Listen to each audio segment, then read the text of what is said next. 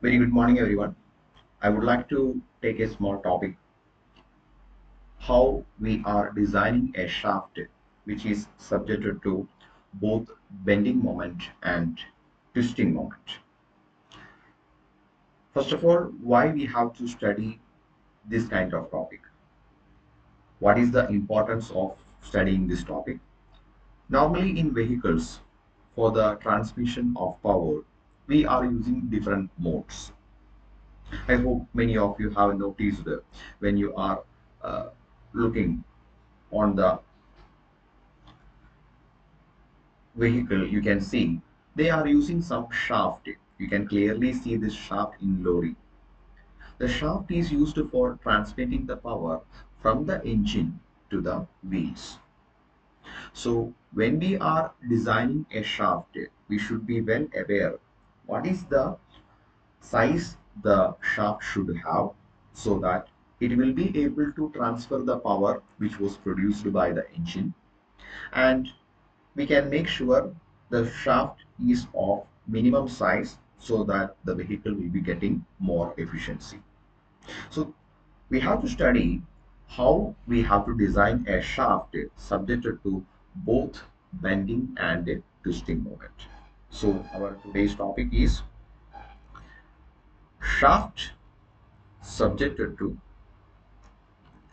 bending and twisting.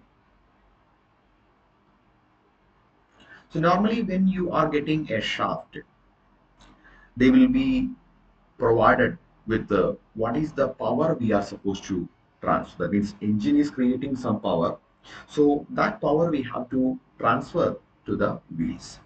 So that will be the one requirement given when you are designing a shaft. Power. So power, I hope many of you are well aware about the equation of the power. The power of an engine can be we can write it as 2 pi n t by 60, where n is the rpm and t is the torque. So we have, when we are designing a shaft, we will be provided with how much power we have to transfer. So we have to design a shaft for transmitting this power. So first of all, we will be calculating the torque from this equation. We are multiplying the power with the 60 and dividing by the 2 pi n. N is the RPM at which the engine is running.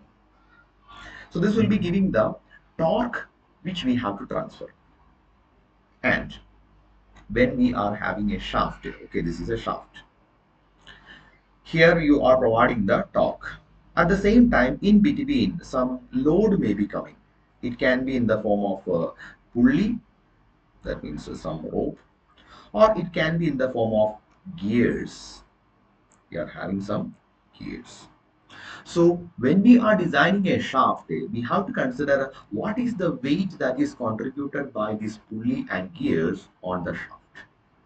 That will be creating another criteria like a bending of the shaft. I will give a small example how to calculate the bending moment of a shaft.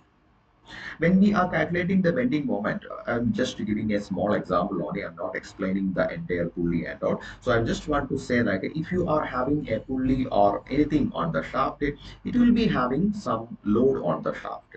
So one end of the shaft is supported at the engine side, another end is supported at the wheel side, and in between we are adding some load, like this is one of the load, like which is a pulley, and another one which was created by the gear.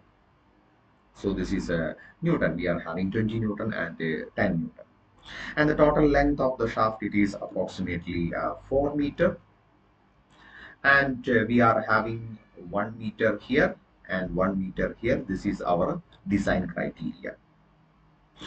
So first we are supposed to calculate what is the bending moment the shaft is going to experience. For that, we have to calculate the bending moment experience on this shaft, for which I have to calculate the reaction. I'm mentioning this point as point A and point B, and I am writing the reaction. Reaction is force is coming downward, so reaction will be always going upward.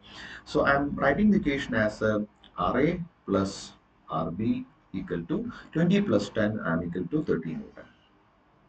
And I am adding one more equation based on the theory, like for a simply support, this is considered a simply supported beam, both ends are free. At the free end we can see the bending moment will be 0. So I will be considering the bending moment at A as 0. So what is moment equation? Moment is equal to force into distance. So I'll be 10 into 1, this will be coming in the clockwise direction. 20 into 1, this also will be coming in the clockwise direction. RB into 4, that is also coming in an anti-clockwise direction. So I am writing 10 into 1 plus 20 into 3 equal to RB into 4. So I'll be getting 40 plus 60, sorry, 10 plus 60, 70 equal to RB into 4, and RB equal to 17.5. This is one value, and from this I can write the value of RA as equal to 12.5. Okay, so I am having this is as 12.5 and this as 17.5. So now I have to calculate the bending moment. So where the bending moment will be maximum?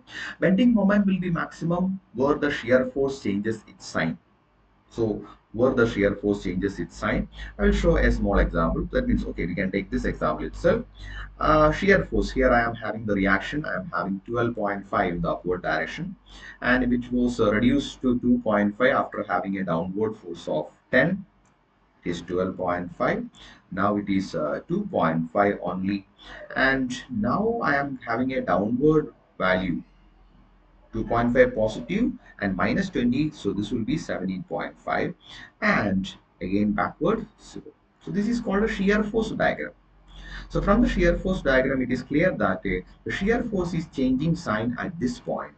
So your bending moment will be maximum at this point. So we have to calculate the bending moment at this point by multiplying the force into distance. You can consider either the left side or the right side. For this, I'm considering the right side. So the bending moment is to the right side. I have only RB. So the M bending moment equal to 17.5 into 1, that is called to 17.5 Newton meter is my bending moment. So I got a torque value, okay, and I got a bending moment. Now how to design a shaft? For designing the shaft, the maximum torque can be defined as the root of m square plus t square, bending moment and torque square. Okay, so I will be calculating the total torque on this shaft using these two values, and I'm using another equation for calculating the diameter of the shaft, that is T by J equal to tau by R equal to G theta by L. So this is a twisting of shaft. I'm not using this one. I'm using this equation T by J equal to tau by R. Okay, so in this I have to calculate the radius of the shaft or the diameter of the shaft. Okay, so T, already we are having the T value. What is J? So I'll be when T, J is equal to polar moment of inertia 5 by 32 d raised to 4, and equal to tau. It will be provided from the material of the shaft. You are using a shaft for which you have to select a material, a mild steel, cast iron, etc. Everyone is having the shear stress value. You can get that value. Just imagine that it is approximately 100, and R is equal to d by 2. Okay, so we have the t value. We suppose, just imagine that you are getting some values. From this, when you are solving, you will be getting the diameter of the shaft. This is the way in which we are designing the shaft when it is subjected to bending and a torsion.